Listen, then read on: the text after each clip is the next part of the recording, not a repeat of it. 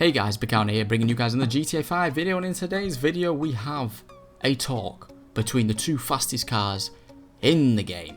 You know, pretty much around the track they are pretty much consistently even, and I'm going to basically be discussing why I think the RE-7B is far superior to the next best car in the game, which is the, well, I wouldn't say it's far superior, but I believe it's more consistent anyway. So the ETR1 is what Shaggy is driving in front of me right now, and I'm obviously in the RE-7B.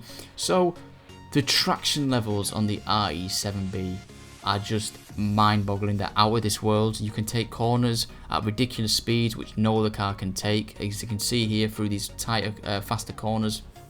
They're insane. The ETR1 does have better brakes. I found that from this because we broke at the same time, but yet this guy's stopped so much quicker than me.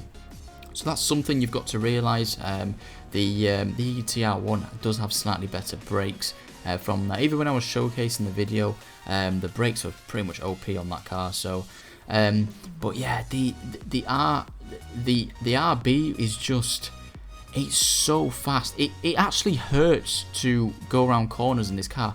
I find I don't actually use the analog stick with this car as much as I do with any other car, because it's too fast to actually process finger touches with the right analog stick and actually turn corners simultaneously at the same time. So I'm pretty much just going as the camera takes me, and that way I'm able to get a nice line through it. I do use the camera angle sometimes, but you really don't need to use it on this because there's so much traction involved, and it's a great car to drive. Now, this is a normal race. This is not a stunt race. This is a normal track. And is this car competitive racing on normal tracks with this sort of speed? You know, yes it is. Yes it is, because the reaction times are a lot quicker. You can hold more lines, so people can hold the outside line better. People can hold the inside line better. It takes more skill. People thinking it doesn't actually take more skill in this car.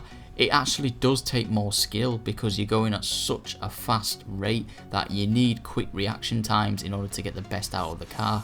And I just want to say to everyone, right? I just want to say to everyone, the X80 that came out last, yeah, $2.7 million car, right? It was what, literally on some tracks slower and on some tracks quicker than the current T20, and it was the most expensive car. These cars here are, well, the ETR1 is at $1.9 million, so you're talking, you know, less than $2 million, and this car's is it 2.4, 2.5, I think it is. The cheaper cars are 4 to 5 seconds quicker at lap time than the X80, and that's just crazy. And I made a video about why the X80 wasn't good, because it wasn't worth its price, and pretty much it was 70% people agreed and 30% people hated on that video, and it's crazy because that video's got over like 110,000 views by now. People just rambling on in the comments, but there's no more evidence you need how the X80 is the worst car for supercar racing. Value for money wise, it's rubbish compared to any other car in the game, and these two cars show it. These two cars are the best cars in the game for racing if you want to set good lap times, if you want a good racing environment, and I simply love these cars. I cannot fault these cars one bit. Okay, Rockstar could have maybe put them in a dedicated class. GG Shaggy there. Could have put them in a separate class, like a race car class, but at the end of the day, we've just got to work with it. You know, Rockstar are probably planning to bring more of these type of cars out in the future. If there's 3 of, you know, well, the Tyrus is not really, it's fast, but it's not really on pace with these two cars. They're going to bring more cars out of this this caliber. They're definitely going to do that. So it's going to be interesting to see. As you can see, we've got a mile-long curb boosting strategy here, which is just crazy.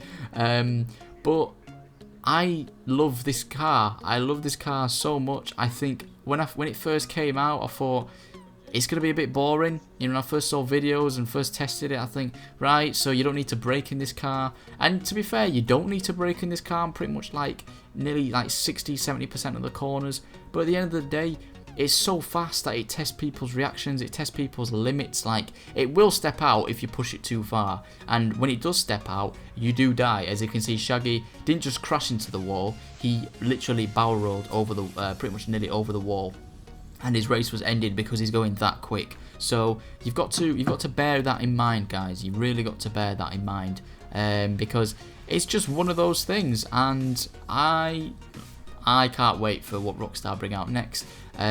So these two cars, if you've got either of the two, I would recommend the RB because it is fast. It is a faster car. But if you've got either car, then they are very good. The brakes are better on the ETR1. Performance, straight line speed, and cornering are slightly better on the RB, which is this car here. So yeah, guys, tell me what you guys think. Do you love this car? Do you like the RTR1, or do you like the Tyrus, or do you actually agree now we've had these supercars that the X80 is completely horrible and it doesn't... Where does it fit, the X80? Most expensive car, and it's literally, what? It's not even on level with these cars. So yeah, hopefully you guys enjoyed the video. Some reason this was the first track I played with this car, so I didn't really know how to use it on this track, and this is where I just fell in love with it straight away because it was crazy. But anyway, guys, hopefully you enjoyed the video. Leave a like if you did, and subscribe if you're new to the channel. Cheers.